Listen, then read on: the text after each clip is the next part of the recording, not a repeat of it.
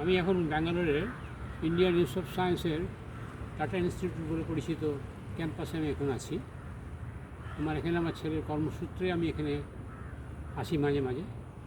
তো আমার ইচ্ছে এখানে কিছু যোগ বা সাধারণ স্বাস্থ্য সম্বন্ধে কিছু বলার, আমি সেই সুযোগটা পেয়েছি আজকে। তাই কিছু বলি যে আজকালকার স্ট্রেসফুল লাইফ বা নানা রকম শারীরিক ব্যস্ততা বা এতে কী বলে কার্য করে এতে মানুষের সময় পাওয়া মুশকিল। এখন সাধারণভাবে কিছু যদি আমরা রাস্তা বার করতে পারি, ভালো থাকবার একটা পথ পেতে পারি, তাহলে আমরা আশা করি ভালোই থাকবো।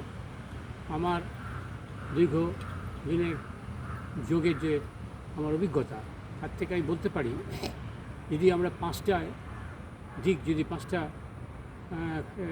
ক্রাইটেরিয়া যদি আমরা এক্সপ্লেন করতে পারি, তাহলে আশা করি এই সমস্ত শারীরিক সুস্থতা, মানসিক থেকে আমরা অনেক উপকার পেতে পারি।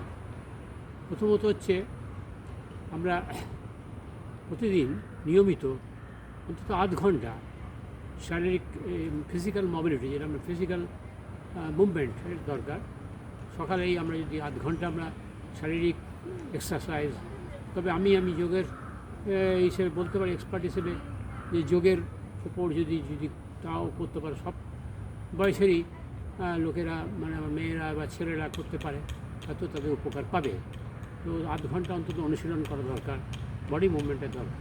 দ্বিতীয়ত হচ্ছে আমরা হেলদি ডায়েট যদি আমরা করতে পারি, তো সেটা খুবই উপকারী হবে। হেলদি ডায়েটের মধ্যে আমরা কোনো স্পাইসি থাকবে না, ফ্রেশ ফুড, সমস্ত খাওয়া দাওয়ার শাকসবজি ফ্রেশ সব কিছু যেন থাকে, সেটা পেলে আমরা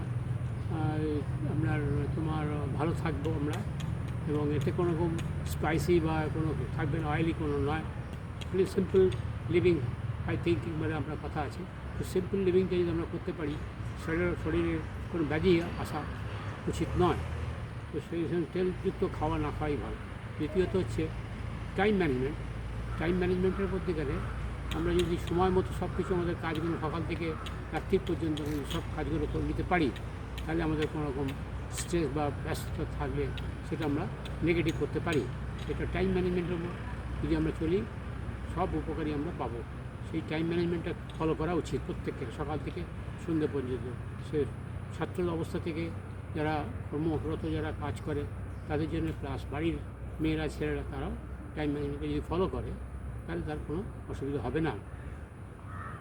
তাছাড়া আছে আমাদের আরেকটা, যেটা হচ্ছে মাইন্ড ম্যানেজমেন্ট। মাইন্ডটাকে যদি ঠিক রাখি, তাহলে আমাদের যেমন কোনো রকম আগেকার পুরনো অতীতের কথা যদি আমরা ব্যাখ্যা করি বা মনে রাখি, তাহলে সেটা কষ্টদায়ক হতে পারে। তাই আমরা মাইন্ডটাকে ঠিক রেখে আগেকার ভবিষ্যতে কী করব, সেই একটা পরিকল্পনা নিয়ে যদি চলি, তাহলে আমাদের মাইন্ড ম্যানেজমেন্ট থাকলে আমার স্ট্রেসটা কমে যাবে।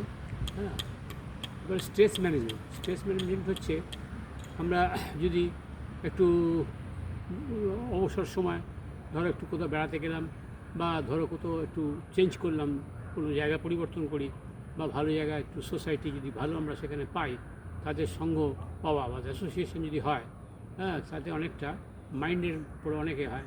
আর পুরনো কথা বা অতীতের কিছু যদি কোনো ঘটনা ঘটে থাকে, তা সেটাকে ভুলে নতুনভাবে একটা করা, আর ভালো সোসাইটির সাথে থাকা, এটা একটা বড় জিনিস। এটা হচ্ছে আমরা বড়, এটা আমাদের কথায় আছে, মাইন্ড ম্যানেজমেন্ট, এটা বড় কথা হচ্ছে।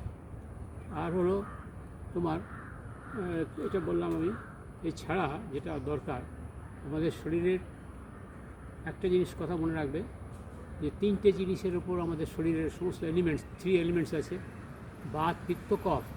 এই তিনটেকে ব্যালেন্স করলে আমাদের শরীরের কোনো রকম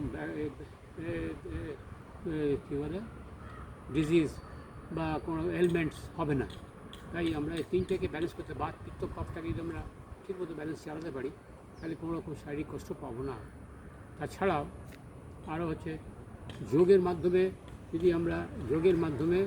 যদি আমরা কিছুদিন করতে পারি, বিশেষ করে সব বয়সের জন্য যোগ খুবই বেশি ভালো। স্বাভাবিকভাবে যদি আমরা করতে পারি, যেমন প্রাণায়াম করতে পারি, আমরা কপালভাতি, আমরা কী বলে এই ইয়েতে কপালভাতি, প্রাণায়াম অনেক রকমই হয়। তো এগুলো জেনারেলি করতে পারলে খুবই উপকার পাবো আমরা।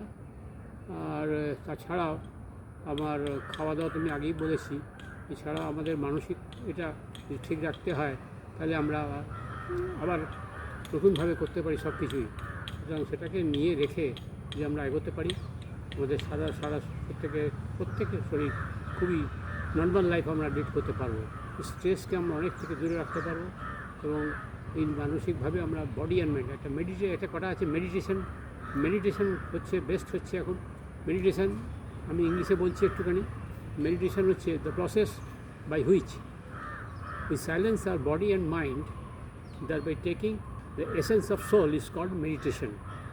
মেডিটেশন যদি আমরা করতে পারি তাহলে অনেক রোগ নিরোগ করতে পারি, আমরা খুব ভালোভাবে থাকতে পারি। এবং এটা ঋষি অরবিন্দ বলো, বড় বড় যারা যোগে তারা এইসব বলে গেছেন যে যোগ ছাড়া আমাদের আর কোনো কিছু নেই। এতে সাধারণ করো ছেলে ইয়ং বয়সে, আজকাল যে নতুন যে প্রজন্মের বাচ্চারা, তাদের যদি যোগ শেখানো হয় এর থেকে বড় কিছু নেই আমি মনে করি। কারণ যোগের একটা পজিটিভ একটা আছে, রেজাল্ট আছে, এবং বয়স্ক লোকেরাও করতে পারেন, সব থেকে বেশি ভালো। ইয়ং মেয়ে, ছেলে মেয়ে সবাই, বয়স জ্যেষ্ঠ যারা, তাদের জন্য খুবই ভালো এটা আমার মনে হয়। কারণ আমি এই যোগের মাধ্যমে এতটা জার্নি করেছি, আমি করে আসছি। আমার অনেক স্টুডেন্ট আছে, তারা কলকাতায় আমার আছে যোগ ইনস্টিটিউট আছে, সেখানে আমি করাই। এখানে আমি ব্যাঙ্গালোরে এসছি। তো দু চারজনকে আমি করি, আমার নিজের বাড়ির মেম্বারদেরও করি, আমার মিসেসও করে। আমার মিসেস যোগের আমাদের ইনস্টিটিউট আছে পশ্চিমবাংলায়, সেই হিসেবে আমরা ওখানেও ট্রেনিং দিই। অনেক স্টুডেন্টদের আমার ভালো করেছি, অনেক কঠিন ব্যাধি থেকে আমরা তাদের নিরোগ করেছি। আর তারা এখনও কিছু অনেক উপকার পেয়েছে, তারা নিজেরাই ডিক্লেয়ার করেছে আমরা ভালো পেয়েছি। তো আমি আমার ব্যক্তিগত তোমার অভিজ্ঞতা থেকে বলতে পারি যে যোগ ছাড়া কিছু নেই। হ্যাঁ, করতে পারো অন্য কিছু, আরও অনেক আছে, নানা রকমের জিমন্যাস্টিক আছে, খুব ভালো জিনিস। জিম করতে পারে, জিমটা আমি বলি না, জিমন্যাস্টিক বলি আমি। বাচ্চাদের জন্য খুবই ভালো জিমন্যাস্টিক। এগুলো আগে ছিল বিষ্ণুচরণ ঘোষ বলে একজন, আরও নিশ্চয়ই উনি যোগের একটা বড় একজন ছিলেন, যোগ গুরু ছিলেন। ওনার একটা বড় একটা অবদান ছিল আমাদের পশ্চিমবাংলায় যোগের ওপর, খুবই উনি করেছিলেন। অনেক ছেলে মেয়েদের ভালো করেছেন এবং তাদের শিখিয়েছেন, এবং বিদেশে ওনার প্রচুর সুখ্যাতি, জাপানে বলো, আমেরিকায় বলো। বিষ্ণুচরণ ঘোষ ওয়ার্ল্ড ফিগার একটা। তো ওনার জায়গায় এখন যারা আসবেন, ইভেন স্বামী বিবেকানন্দ যোগের ওপর খুবই উনি দিয়েছিলেন, ইম্পর্টেন্স দিয়েছিলেন, এবং তাতে সাধারণ মানুষের বা বাচ্চাদের একটা চারিত্রিক গঠনের একটা সুযোগ থাকে যোগ করলে। তো সেই হিসেবে আমি মনে করি, এবং আমাদের প্রধানমন্ত্রী নিজে ওই যোগের ওপর খুব দিয়েছেন। সামনে 21শে জুনে আমাদের যোগ দিবস, আশা করি সবাইকে তাদের জানাই, শুভেচ্ছা জানাই। যোগ দিবস, যোগদান করো, সবাই মিলে যোগদান করুন, অনেক উপকার পাবেন এবং আগে গিয়ে আমরা খুবই লাভান্বিত হবে। নমস্কার, এই বলে আমি শেষ করলাম।